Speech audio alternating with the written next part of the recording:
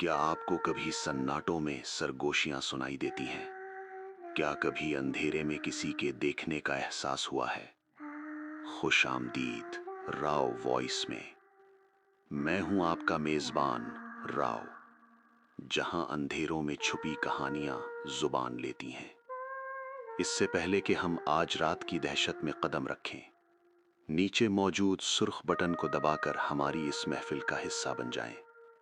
Subscribe करें और घंटी के आइकॉन को जरूर दबाएं, क्योंकि जब खौफ दस्तक देता है तो वो इंतजार नहीं करता।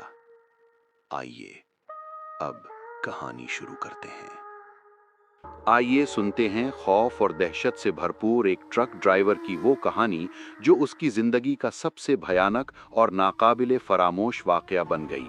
ये कहानी है कराची के एक ट्रक ड्राइवर जमील की, जिसकी जिंदगी का बेशतर हिस्सा पहियों पर ही गुजरा है।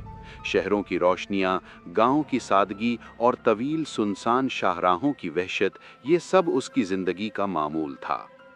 मेरा नाम जमील है और मैं कराची का रिहायशी हूँ। पेशे के एतबार से मैं एक ट्रक ड्राइवर हूँ। मेरी जिंदगी का ज्यादातर हिस्सा पहियों पर ही गुजरा है। शहरों की रोशनियां, गांव की सादगी और तवील सुनसान शाहराहों की वहशत, ये सब मेरी जिंदगी का हिस्सा है। मैं जो वाकया आपको सुनाने वाला हूँ, ये आज से कोई 1 साल पहले पेश आया था। ये कोई मामूली वाकया नहीं था, ये एक ऐसा अजाब था जिसने मेरी रूह तक को झंझोड़ कर रख दिया और जिसके निशान आज भी मेरे जहन पर ताज़ा हैं। मुझे एक सेठ साहब का माल लोड करवाकर बलूचिस्तान के एक दूर दराज इलाके बंदर लेकर जाना था। ये कोई नया काम नहीं था, मैं पहले भी कई बार बलूचिस्तान के चक्कर लगा चुका था, लेकिन इस बार बात कुछ और थी। मेरे कई साथी ड्राइवर जो इस रास्ते के पुराने मुसाफिर थे, मुझे बार बार टोक चुके थे कि बंदर का इलाका बहुत ज़्यादा आसेब ज़दा है। वो किस्से सुनाते थे अनदेखी मखलूक़ात के, सड़क पर भटकती रूहों के और रात के अंधेरे में पेश आने वाले नाकाबिले यकीन वाक़यात के। मैं आमतौर पर इन बातों को एक कान से सुनकर दूसरे से निकाल देता था। सोचता था ड्राइवर लोग हैं, सफ़र की थकान और तन्हाई में न जाने क्या कुछ सोच लेते हैं। मगर इस बार उनकी बातों में एक अजीब सी संजीदगी और खौफ था, जैसे वो मुझे किसी यकीनी खतरे से आगाह कर रहे हों। एक पुराने ड्राइवर चाचा शेर खान ने तो मेरा कंधा थपथपा कर कहा था, जमील पुत्र, पैसा सब कुछ नहीं होता, जान है तो जहान है। इस रास्ते पर रात को सफ़र करने से बचना, खासकर जब मौसम ख़राब हो। इस फेरे के मुझे पैसे बहुत अच्छे मिल रहे थे। घर में कुछ ज़रूरतें भी आन पड़ी थीं और मैंने सोचा कि अल्लाह का नाम लेकर निकल पड़ता हूँ। ऐसी बातों पर ध्यान दिया तो रोज़ी रोटी कमाना मुश्किल हो जाएगा। मैंने खुद को तसल्ली दी कि मैं अल्लाह पर भरोसा करूंगा और आयतल कुर्सी का विर्द करता रहूंगा। मगरिब का वक्त हो रहा था जब मैंने हब चौकी से ट्रक निकाला। माल ज्यादा नहीं था, लेकिन सफ़र लंबा और कठिन था। मैं अकेला था, मेरा क्लीनर छुट्टी पर था। चलते चलते रात का अंधेरा हर सू फैल चुका था। ये जनवरी का महीना था। कराची में तो इतनी ठंड नहीं पड़ती, लेकिन जैसे जैसे मैं बलूचिस्तान की हुदूद में दाखिल हो रहा था, सर्दी की शिद्दत बढ़ती जा रही थी। हवा में एक काटदार ठंडक थी जो हड्डियों में उतरती महसूस हो रही थी। शुरू का सफ़र काफ़ी अच्छा गुजरा। मैं जहाँ से गुजर रहा था वहाँ छोटी मोटी आबादियाँ थीं। कहीं कहीं बाजार और दुकानें खुली नज़र आ रही थीं और लोग सड़क किनारे होटलों पर चाय पीते और गप्पे लगाते दिखाई दे रहे थे। मैं भी अपने पुराने टेप रिकॉर्डर पर मोहम्मद रफ़ी के गाने सुनता, हशाश बशाश गुनगुनाता हुआ ट्रक चला रहा था। लेकिन तकरीबन 1.5 घंटे के बाद आबादी का सिलसिला ख़त्म हो गया। अब मेरा ट्रक बलूचिस्तान की असल वीरान सड़क पर चल पड़ा था। यहाँ मंजर बिल्कुल बदल चुका था। चारों तरफ घप अंधेरा था, ऐसा अंधेरा कि जैसे किसी ने स्याही की बाल्टी उलट दी हो। मेरे ट्रक की हेडलाइट्स ही मेरा वाहिद सहारा थी, जिनकी रोशनी सड़क के एक महदूद हिस्से को मुनव्वर कर रही थी। रास्ता बहुत खामोश और वीरान था। मैंने अपनी ज़िंदगी में हज़ारों मील सफ़र किया था, लेकिन आज की रात मुझे एक बहुत ज़्यादा डरावना सा एहसास दे रही थी। यहाँ शदीद ठंडी और बर्फ़ानी हवाएं चल रही थीं, जिनकी साएं साएं की आवाज़ ट्रक के केबिन से टकराकर एक अजीब दहशतनाक समा पैदा कर रही थी। थोड़ी दूर आगे चलकर आसमान पर गहरे काले बादल छा गए, जैसे किसी लश्कर ने हमला कर दिया हो। एकदम से आसमानी बिजली कड़कने लगी। उसकी चमक से एक लम्हे के लिए चारों तरफ बर्फ से ढके सफ़ेद पहाड़ ऐसे नजर आते जैसे सफ़ेद कफन ओढ़े देव कामत लाशें खड़ी हों। चलते चलते मैं एक ऐसे हाईवे से गुजरा जहां कोई ट्रैफिक नहीं था। दूर दूर तक किसी गाड़ी का नामो निशान न था। बस मैं था, मेरा ट्रक था और वो खौफनाक सुनसान सड़क। रात के शायद 2 बज रहे थे। तकरीबन 2 घंटे से मैं मुसलसल ड्राइव कर रहा था। अचानक मौसम ने एक और करवट ली और बादल बरसने लगे। पहले हल्की बूंदाबांदी शुरू हुई, लेकिन देखते ही देखते इसने तूफानी बारिश की शक्ल इख्तियार कर ली। बारिश की मोटी मोटी बूंदें ट्रक की छत पर ऐसे पड़ रही थीं जैसे कोई पत्थर बरसा रहा हो। यहाँ खतरनाक मोड़ थे, पहाड़ी रास्ता था और बारिश की वजह से मैंने ट्रक की रफ्तार बहुत कम कर दी थी। मैं एक ऐसे रास्ते पर चल रहा था जहां एक तरफ बुलंदो बाला स्याह पहाड़ थे और दूसरी तरफ घना और वीरान जंगल, जिसके दरख्त हवा के जोर से ऐसे झूम रहे थे जैसे कोई मातम कर रहा हो। मैं जैसे जैसे आगे बढ़ रहा था, बारिश जोर पकड़ती जा रही थी। अचानक बादल बहुत ज्यादा गरजे और एक जोरदार बिजली की कड़क जंगल के दूसरी तरफ गिरी। उसकी आवाज इतनी शदीद थी कि एक लम्हे के लिए मेरा दिल उछलकर हलक में आ गया और मेरे हाथ स्टीयरिंग पर कांपने लगे। बारिश की वजह से सामने वाला शीशा बहुत ज्यादा धुंधला हो गया था और वाइपर चलाने के बावजूद मुझे ठीक तरह से कुछ नजर नहीं आ रहा था। मुझे लगा कि अगर मैं इसी हालत में चलता रहा तो शायद आगे जाकर मेरा कोई बड़ा एक्सीडेंट हो सकता है। मैंने फैसला किया कि कुछ देर के लिए ट्रक रोककर बारिश के थमने का इंतजार करूं। मैंने सड़क से थोड़ा हटकर अपने ट्रक को जंगल की तरफ एक कच्ची जगह पर खड़ा कर लिया और ट्रक के अंदर ही बैठकर इंतजार करने लगा। मैंने अपना मोबाइल फोन उठाया कि शायद किसी से राब्ता कर लूं या वक्त गुजारी के लिए कुछ देख लूं, लेकिन यहाँ तो बिल्कुल नेटवर्क के सिग्नल ही नहीं आ रहे थे। मुझे वहां खड़े हुए आधा घंटा गुजरा होगा। बाहर बारिश की झड़ी लगी हुई थी और हवा का शोर था। मैं अपनी ही सोचों में गुम बैठा था कि अचानक मेरे ट्रक के ड्राइवर साइड वाले दरवाजे पर किसी ने बहुत जोर से दस्तक दी। ठक ठक ठक। इस गैर मुतवक्के और पुरजोर आवाज पर मेरा दिल उछलकर हलक में आ गया। मैं जो अपनी ही सोच में डूबा हुआ था, एकदम से बुरी तरह चौंक गया। इस वीराने में, इस तूफानी रात में कौन हो सकता था? मेरे जहन में पहला ख्याल डाकुओं का आया। मैं बहुत डर गया और बिल्कुल साकित बैठ गया। मैंने दरवाजा न खोला। तकरीबन 1 मिनट की मुकम्मल खामोशी के बाद दस्तक फिर हुई, इस बार ज्यादा जोर से, जैसे कोई दरवाजा तोड़ने की कोशिश कर रहा हो। मैंने डरते डरते हिम्मत मुश्तमा की और कांपती हुई आवाज में पूछा, कौन है भाई, क्या बात है? बाहर से कोई जवाब ना आया, सिर्फ बारिश और हवा का शोर था। मैंने फिर दोबारा, इस बार जरा बुलंद आवाज में पुकारा, कौन है भाई, क्या बात है? इस बार भी मुकम्मल खामोशी रही। मेरा दिल बुरी तरह धड़क रहा था और पेशानी पर पसीने के कतरे नमूदार हो गए थे। थोड़ी देर बाद दरवाजा फिर बजा। इस बार दस्तक में एक बेकरारी और जल्दी थी।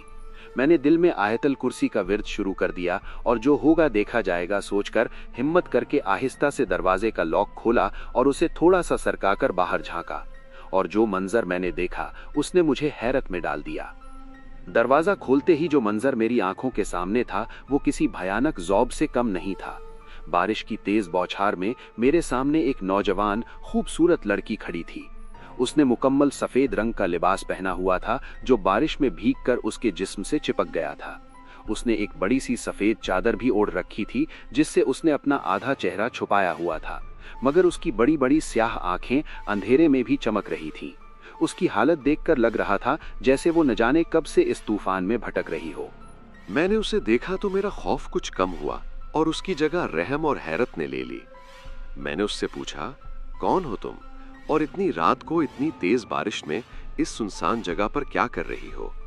वो पहले तो बिल्कुल खामोश रही, बस अपनी गहरी खाली खाली नजरों से मुझे देखती रही। फिर थोड़ी देर बाद उसकी धीमी और कदरे कांपती हुई आवाज मेरे कानों में पड़ी, मैं यहाँ से आगे एक इलाका है बंदर, मैं वहां जा रही हूँ। मैं पिछले 3 घंटे से यहाँ गाड़ी का इंतजार कर रही थी, लेकिन मुझे कोई सवारी नहीं मिली। क्या आप मुझे वहां तक छोड़ देंगे? बंदर का नाम सुनते ही मैं चौंक गया।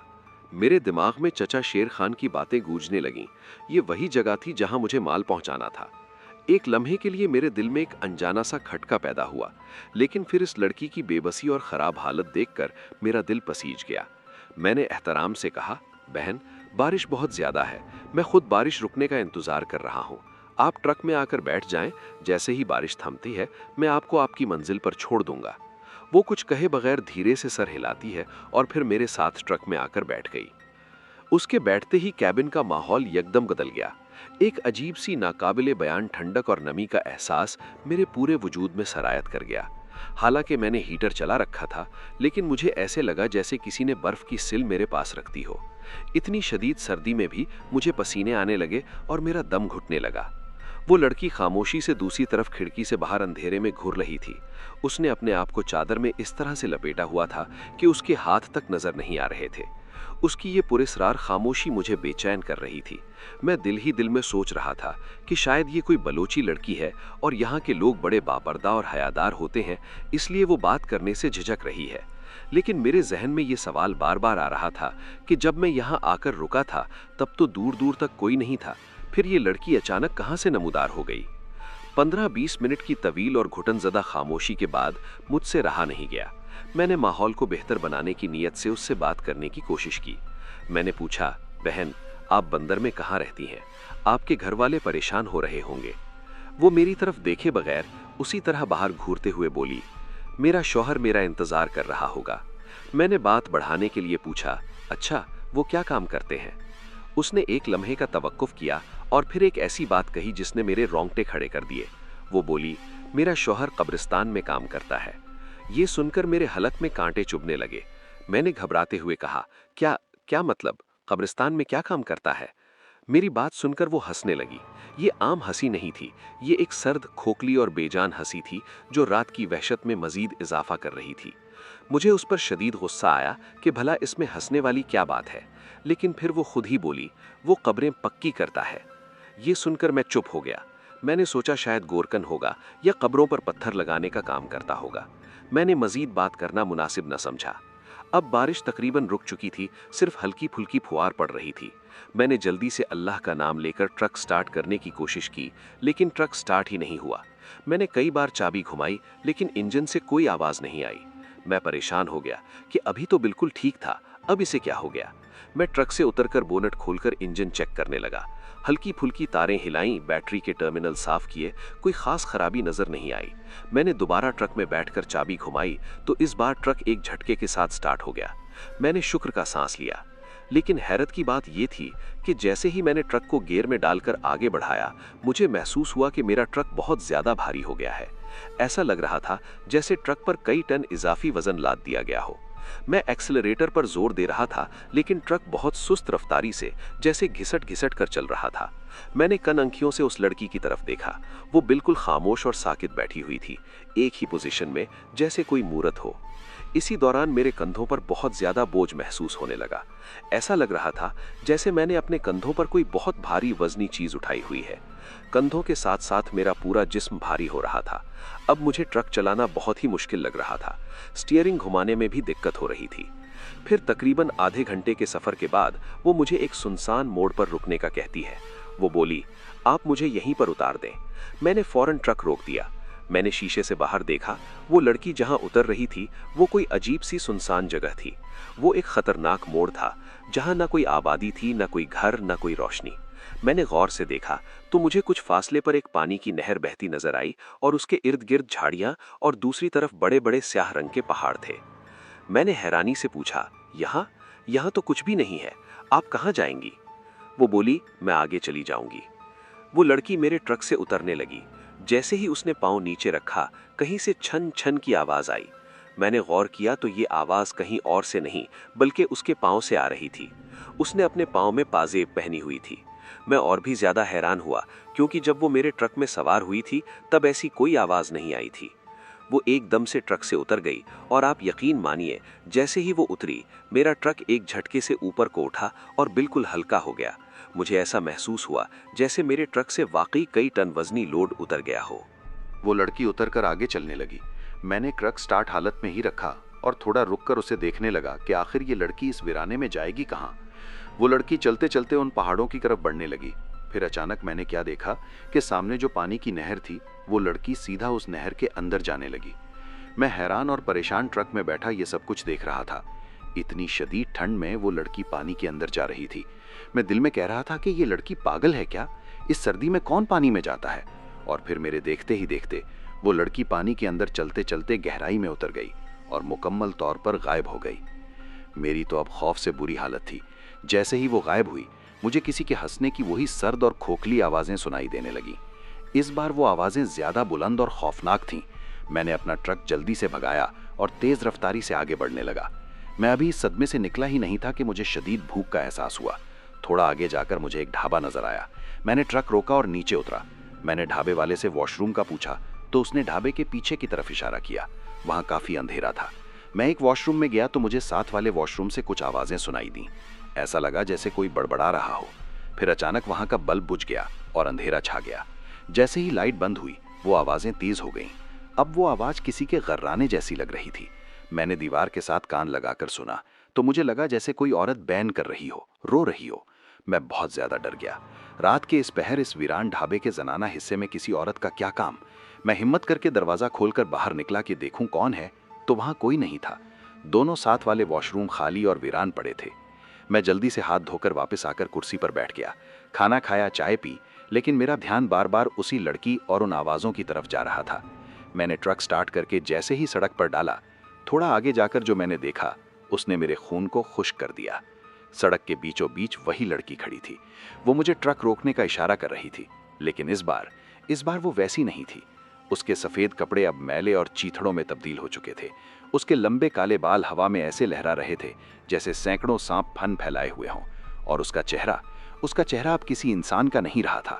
उसकी आंखें गड्ढों ने धंसी हुई थीं और उनमें एक सुर्ख मनहूस सी चमक थी। उसकी जिल्द सूखी और जर्द पड़ चुकी थी और उसके होठों पर एक ऐसी मुस्कान फैली हुई थी जो किसी भी दिल गुर्दे वाले इंसान को खौफ से मार देने के लिए काफी थी। वो बिल्कुल मेरे ट्रक के सामने आकर खड़ी हो गई। मैं इतना डर गया था कि मेरी सांसें रुकने लगीं। उसकी वो खोखली सर्द हंसी की आवाजें अब मेरे कानों के पर्दे फाड़ रही थीं। मुझ पर एकदम जैसे कोई बिजली गिरी। मैंने अपनी पूरी ताकत से हॉर्न बजाया और एक्सीलरेटर पर पांव रख दिया। मैंने सोचा कि मैं ट्रक उस पर चढ़ा दूंगा, लेकिन जैसे ही मैंने ट्रक आगे बढ़ाया वो एक नाकाबिले यकीन तेजी से सड़क के किनारे हो गई।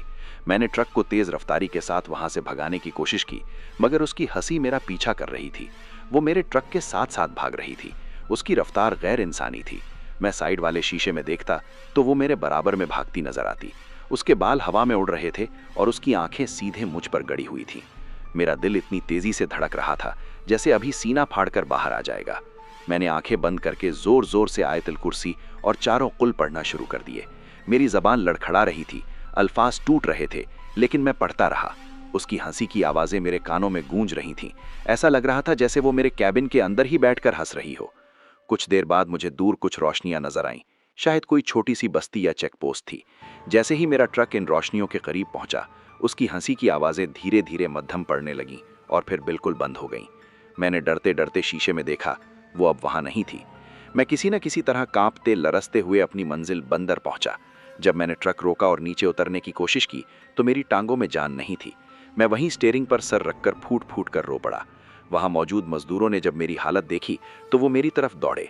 मैं उनसे ठीक से बात भी नहीं कर पा रहा था। उन्होंने मुझे पानी पिलाया, तसल्ली दी और फिर मैंने सारा वाकया अपने एक पुराने दोस्त को सुनाया जो वहीं काम करता था। मेरी तबीयत इतनी ज्यादा खराब हो चुकी थी कि मुझे शदीद बुखार चढ़ गया। मुझे ऐसा लगता था जैसे हर वक्त कोई मेरे आसपास मौजूद है। रात को मैं सो नहीं पाता था। भयानक ख्वाब आते थे जिनमें वही चुड़ैल मेरा पीछा कर रही होती थी। डॉक्टरों ने कहा कि मुझे शदीद सदमा पहुंचा है और मेरा नर्वस सिस्टम बुरी तरह मुतासिर हुआ है। मेरे भाई मुझे कराची वापस ले आए। कराची वापस आकर भी मेरी हालत बेहतर ना हुई। डॉक्टरों की दवाएं बेअसर थीं। बिलाखिर मेरे घर वालों ने मेरा बाकायदा रूहानी इलाज करवाने का फैसला किया। मुझे एक बहुत बड़े और नेक आलिम के पास ले जाया गया। कई महीनों के मुसलसल इलाज और दुआओं के बाद कहीं जाकर मेरी हालत संभलना शुरू हुई। आज इस बात को 1 साल से ज्यादा हो गया है। मैंने मजबूरन दोबारा ट्रक चलाना शुरू कर दिया है, लेकिन अब मैं वो पहले वाला जमील नहीं रहा। वो रात, वो पुरस्रार लड़की, उसकी सर्द हंसी और उसका वो भयानक चेहरा आज भी मेरी आंखों के सामने घूम जाता है। मैंने ये सबक सीखा है कि कुछ बातें, कुछ जगहें ऐसी होती हैं जिनसे परहेज करना ही बेहतर है। पैसा, ज़रूरतें, ये सब अपनी जगह, लेकिन जिंदगी से बढ़कर कुछ नहीं। मैं आज भी जब किसी सुनसान सड़क पर रात को सफ़र करता हूँ तो मेरा दिल कांपता है और मैं अल्लाह से दुआ करता हूँ कि वो मुझे हर अनजाने और अनदेखे शर से महफूज रखे। तो ये थी जमील की वो दहशतनाक कहानी जो हमें ये सोचने पर मजबूर करती है कि इस दुनिया में ऐसी भी नादीदा कुव्वतें मौजूद हैं जिनका सामना करना हर किसी के बस की बात नहीं। जमील तो इस आज़ाब से निकल आया, लेकिन उस रात के ज़ख्म आज भी उसकी रूह पर ताज़ा हैं।